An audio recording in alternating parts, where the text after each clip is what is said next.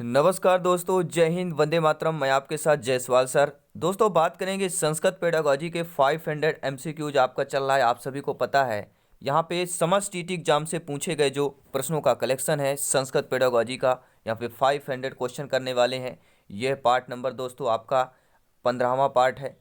ठीक है, अभी तक हमने 14 पार्ट कंप्लीट कर लिए हैं। प्रत्येक पार्ट में 15 बेहतरीन लाजवाब क्वेश्चन होते हैं। आई बटन पे लिंक मिलेगा, तो इस वीडियो को देखने के बाद पिछले पार्ट जो है जरूर देखिए कि किस तरह के आपके अभी तक एग्जाम में पूछे गए प्रश्न है। ठीक है, तो चलिए शुरू करते हैं। 15 बेहतरीन क्वेश्चनों की यह क्लास है, कंसेप्ट है, सेशन रहने वाला है। तो चलिए, सभी प्यारे मित्रों को जय हिंद, वंदे मातरम। पावर्ड बाई शिक्षा ही प्रकाश है। जितने मेरे भाई बहन शिक्षक बंधु पहली बार विजिट कर रहे हैं, अपने परिवार की सदस्यता, इस परिवार को सब्सक्राइब जरूर कर लें। ये अपना अपना परिवार है, आवर फैमिली है। बात करेंगे पहले प्रश्न की। आपकी स्क्रीन पर देख पा रहे हैं, यह टीटी एग्जाम में पूछा गया प्रश्न है कि विद्यालय छात्राणाम कै अनुकरणीयो भवति। अर्थात जो, ठीक है, ये हमने आपको होम क्वेश्चन दिया था, मॉक क्वेश्चन कल की क्लास में दिया था, आप सभी को पता होगा। ठीक है, बहुत सारे लोगों का जवाब भी आया है। तो इसका जो मॉक क्वेश्चन का आंसर है कि विद्यालय छात्राणाम अनुकरणीयो भवति। विद्यालय में छात्र जो हैं किसका अनुकरण करते हैं, तो वह शिक्षक का अनुकरण करते हैं। सी ऑप्शन सही हो जाएगा। जिनका कमेंट आया उनका बहुत बहुत धन्यवाद करता हूं, सभी का नमन करते हैं जायसवाल सर आपको।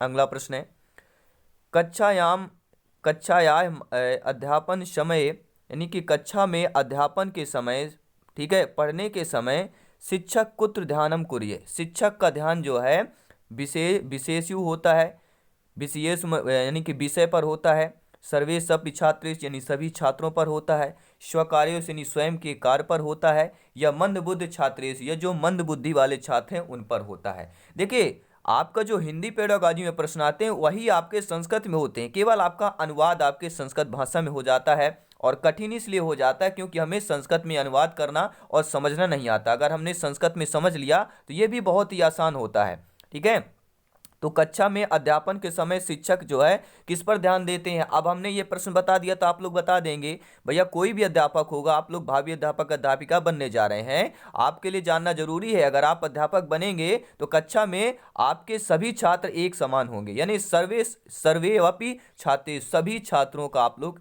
ध्यान देंगे। कुत्र ध्यानम सर्वेषपि छात्रेषु ध्यानम। ठीक है, तो राइट ऑप्शन आपका बी ऑप्शन सही हो जाएगा। बहुत बहुत धन्यवाद सभी का। उम्मीद है दोस्तों आप लोगों ने अभी तक एक बार वीडियो को अवश्य लाइक कर दिया होगा। बहुत बहुत धन्यवाद। लाइक का बटन जरूर क्लिक कर लिया होगा। और इसी के साथ तीसरा प्रश्न है कि कठिनम दुर्बोधम च विषयम कथम पाठयेत। अर्थात दोस्तों, कठिन दुर्बोध वाले जो या और विषय होते हैं उसको कैसे, कथम पाठयेत, कैसे पढ़ते हैं। खंडशः यानी कि खंड द्वारा पढ़ते हैं, या मध्य अवकाशानुगुणम, ठीक है, मध्य अवकाश के समय के अवकाशानुगुणम, या आपका यथा छात्रा इच्छन्ति, जब छात्र इच्छा करें तब पढ़ते हैं, या पश्चात यदा कदापि। सभी लोग यदा नहीं, कभी बाद में पढ़ सकते हैं। देखिए, जो कठिन दुर्बोध वाला विषय दुर्बोधम होता है या विषय होता है उसको दोस्तों मध्य अवकाशानुगुणम पढ़ा जाता है। क्या कहा जाता है, मध्य अवकाशानुगुणम हो जाएगा। यहाँ पे क्या हो जाएगा, बी ऑप्शन सही हो जाएगा। बहुत बहुत धन्यवाद। ठीक है, देखिए कठिन विषय वाला जो बोलते हैं बहुत सारे यहाँ पे खंडशः बोल देते हैं। देखिए, खंडशः से पढ़ने से क्या होता है, हम जो चीज़ पढ़े होते हैं फिर कल पढ़ेंगे, फिर वो भूल जाता है, फिर हमें पढ़ना पड़ता है। तो कोई भी कठिन चीज़ है मध्य अवकाशानुगुणम के समय पढ़ना चाहिए। ठीक है, अगला प्रश्न है, देख लेते हैं। पेडागोजी अगर सिलेक्शन पाना है, शिक्षा शास्त्र बहुत ही लाजवाब होता है सिलेक्शन पाने के लिए। आज सब्जेक्ट की अगर आपने शिक्षा शास्त्र की पकड़ बना ली है तो आपको सिलेक्शन पाने से, आपको रैंक करने से कोई नहीं रोक सकता है। ठीक है, अगला प्रश्न देख लेते हैं क्या दिया गया है। अध्यापन में कम उत्तमम कर्म यतो ही। ठीक है, ध्यान पूर्वक सुनेगा। अध्यापकन उपकम, या आप ऐसे बोल सकते हैं कि अध्यापनम एकम उत्तम कार्यम यतो ही, यानी अध्यापन का एक उत्तम कार्य इनमें से कौन सा होगा।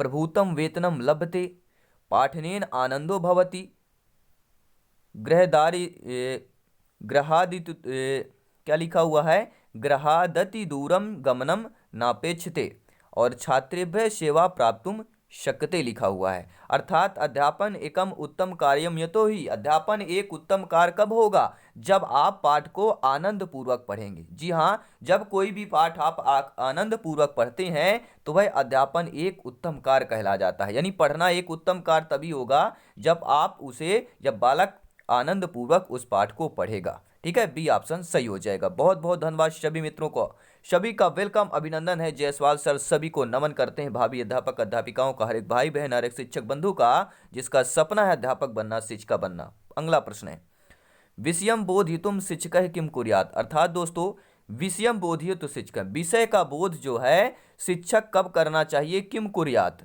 ठीक है, दृष्टांत दिकम आपका उपनिषेध है, या विभिन्नान प्रश्नान कुर्याति, या प्रज्ञैः छात्रैः वाचयेत्। अर्थात और अगला आपका ऑप्शन है आज्ञातार्थकान शब्दान पुनः बोधेत। अर्थात विषयम बोध, विषय बोध में शिक्षक का किम कुर्यात कब करता है, तो विषय बोध में शिक्षक क्या करता है भैया, दृष्टांतादिकम, क्या है, दृष्टांतादिकम उपन्यासेत, क्या है, अच्छे तरीके से देखकर, क्या है, दृष्टांत यानी देखना। आप देखिए, हमें पूरा अर्थ नहीं समझ में आ रहा कि ये क्या लिखा, हमें ये दृष्टांत, दृष्टि यानी देखना होता है। हमें ये समझ में आया कि यहाँ पे दृष्टांत लिखा हुआ है, दृष्टांत अधिकम उपनिषेध लिखा हुआ है, यानी विषय बोध युक्त शिक्षक कब कर होता है, दृष्टांत यानी कि देखना। ठीक है, आपका यहाँ पे पहला ऑप्शन सही हो जाएगा। बहुत बहुत धन्यवाद। अगला प्रश्न देख लेते हैं, स्क्रीन पर है। आप लोगों का सहयोग ही हमें दोस्तों, ठीक है, सहयोग करता है, मोटिवेट करता है, मोरल मोटिवेशन बनाए रखता है। इसी तरह क्लासेस ज्वाइन करते रहिए, क्योंकि यहाँ पर सिलेक्शन सर्वोपरि है। अगला प्रश्न आपकी स्क्रीन पर है, कक्षायाम स्वसंप्रेषण प्रभावम ज्ञातुम अध्यापकैः कथम प्रभवति। अर्थात दोस्तों, कक्षा में स्वप्रेषण जो होता है प्रभाव, ठीक है, स्वसंप्रेषण का प्रभाव जो है ज्ञातुम अध्यापक है कथम प्रभावित, कैसे प्रभावित कर सकते हैं, प्रश्नोत्तरई के द्वारा, परीक्षाबाई के द्वारा, या आपके छात्राणाम स्वतंत्र व्यक्ति के द्वारा, इत्यादि सर्वोपि। देखिए, कक्षा में जो है स्वसंप्रेषण प्रभाव का ज्ञात करने के लिए, देखिए बच्चों में अगर आपको, देखिए ध्यानपूर्वक सुनिएगा, समझिएगा ध्यानपूर्वक, ठीक है, कक्षा में स्वसंप्रेषण प्रभाव के अगर बच्चों में जानना हो, ज्ञातुम यानी जानना हो, तो अध्यापक को क्या करना चाहिए, अध्यापक को बच्चों से प्रश्नोत्तर करना चाहिए,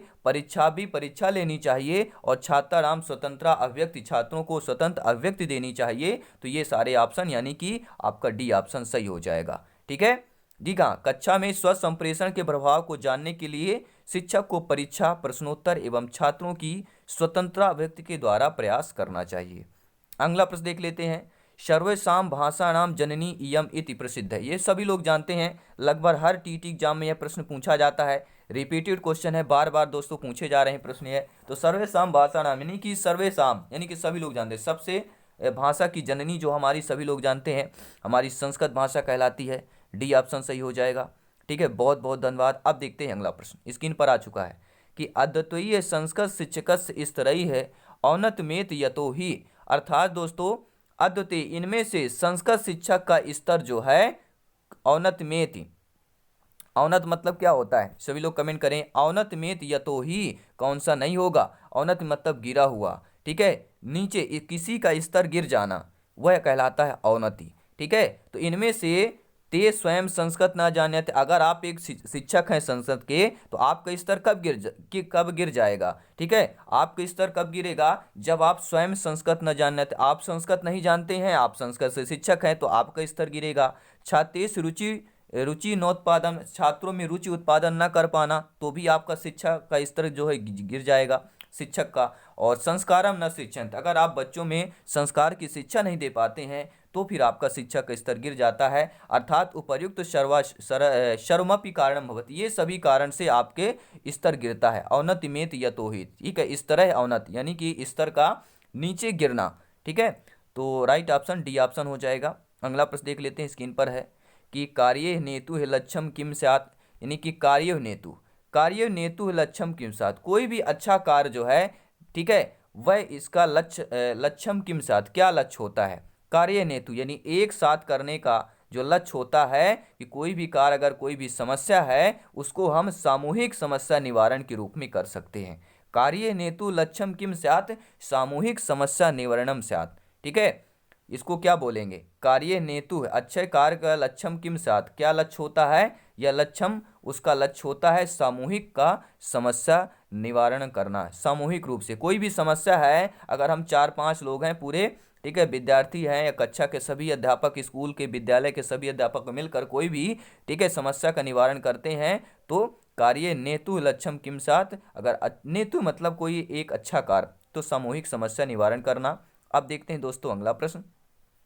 मनोविज्ञान गुणम कक्षायाम छात्रैः कथम ज्ञानाधिकम प्राप्तुम, यानी कि दोस्तों मनोविज्ञान के गुण का कक्षा में छात्र कथम ज्ञानाधिकम, यानी किस प्रकार से ज्ञान अधिक प्राप्त कर सकते हैं। जी हाँ, मनोविज्ञान के कक्षा में छात्र जो है, ठीक है, अधिक ज्ञान प्राप्तवंत, अधिक ज्ञान कब प्राप्त कर सकते हैं, कथम, श्रवणात् में यानी सुनकर, अनुकरणात् यानी कि अनुकरण के द्वारा, क्रियानुष्ठान यानी कि क्रिया करके द्वारा, या लेखन के द्वारा। तो मनोविज्ञान की जब भी बात करते हैं, कक्षा में छात्र जो अधिक ज्ञान प्राप्त कर सकते हैं क्रिया अनुष्ठान यानी कि स्वयं कर के द्वारा। जो कर के द्वारा सीखा जाता है वो सभी लोग जानते हैं बेहतरीन लाजवाब होता है, आपके आजीवन आपके माइंड पर स्टोर हो जाता है। जी हाँ, अगला प्रश्न है कि छात्रेषु विषये कश्चित निर्णय भवता कथम क्रियते, अर्थात छात्रों में विषय कश्चित निर्णय, छात्रेषु विषय, छात्र जो है विषय के रूप में कश्चित निर्णय, कौन सा निर्णय जो है, भवता कथम क्रियते, भवता यानी कोई अच्छा प्रेम स्नेह होता है, ठीक है, कथम क्रियते कब करते हैं, तो तद्विषये सर्वेषाम अभिप्रायम ज्ञात्वा, तद्विषय मतलब जब वो दो विषय में, ठीक है, उनके ज्ञान होता है, अभिप्रायम जानते हैं अच्छे प्रकार से, या स्वयं छात्राणां व्यवहार प्रवर्तनादि दृष्ट्वा प्रसन्नेन मनसा सम्यक चिंतित्वा या कथमपि। तो दोस्तों छात्रेषु विषये कश्चित निर्णय भवता कथम क्रियते, यह निर्णय कब लेते हैं, जब छात्र जो है प्रसन्न मन से सम्यक चिंता, प्रसन्न मन से क्या है, समय समय पर चिंता भी करते हैं, ठीक है, निर्णय लेना। छात्रेषु विषये कश्चित निर्णय, छात्र के विषय में कौन सा निर्णय जो है यहाँ पे होगा, ठीक है, भवता कथम क्रियते, तो क्या हो जाएगा, प्रसन्नेन मनसा सम्यक चिंतयन्ता, मन को प्रसन्न भी होना चाहिए और समय समय पर क्या है, चिंता भी यहाँ पे करना चाहिए। सी ऑप्शन सही हो जाएगा।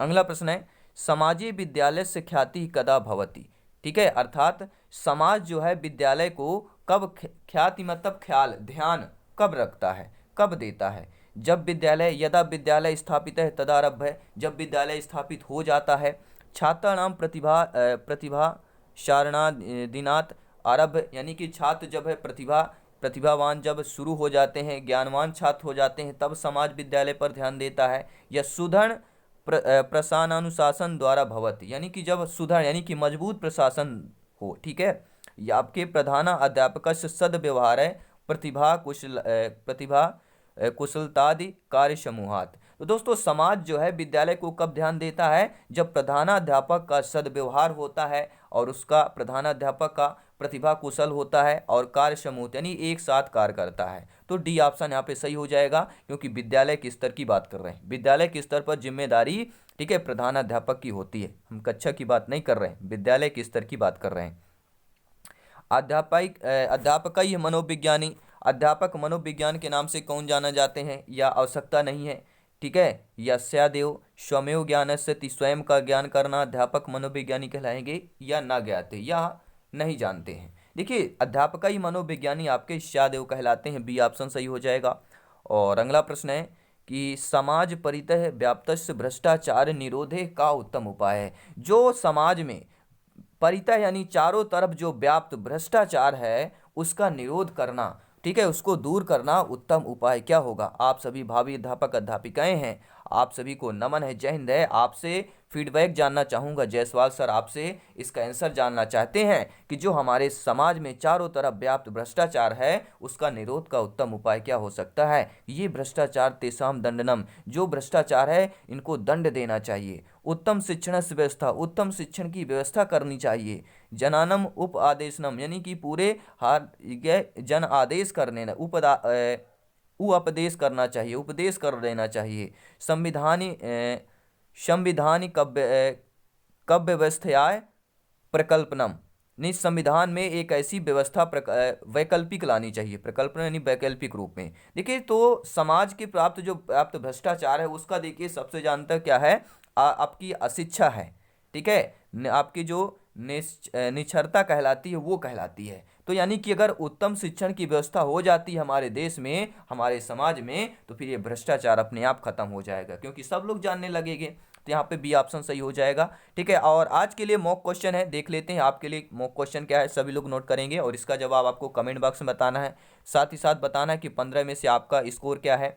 व्याकरणस्य अध्यापनम भवेत, यानी कि व्याकरण जो है अध्यापन भवेत कैसा होना चाहिए। प्रशिक्षणेन अभ्यासेन चा, नहीं प्रशिक्षण और अभ्यास के द्वारा होता है। व्याकरण का अध्यापन जो है कैसे किया जाता है, संदर्भ सहितम के द्वारा, नियमा नाम रटन के द्वारा, या नियमों को रटन के द्वारा, यह स्वतंत्रता पूर्वक किया जा सकता है। आपका कमेंट, आपका फीडबैक जानना चाहेंगे। तो दोस्तों जल्दी मिलते हैं नेक्स्ट क्लास में। आपकी मैथ्स की क्लास जो होगी उसको ज्वाइन करना मत भूलेगा, क्योंकि यहाँ पर सिलेक्शन सर्वोपरि है। तैयारी दोस्तों सिलेक्शन की चल रही है। ठीक है, तो चलिए मिलते हैं नेक्स्ट क्लास पे। धन्यवाद सभी का।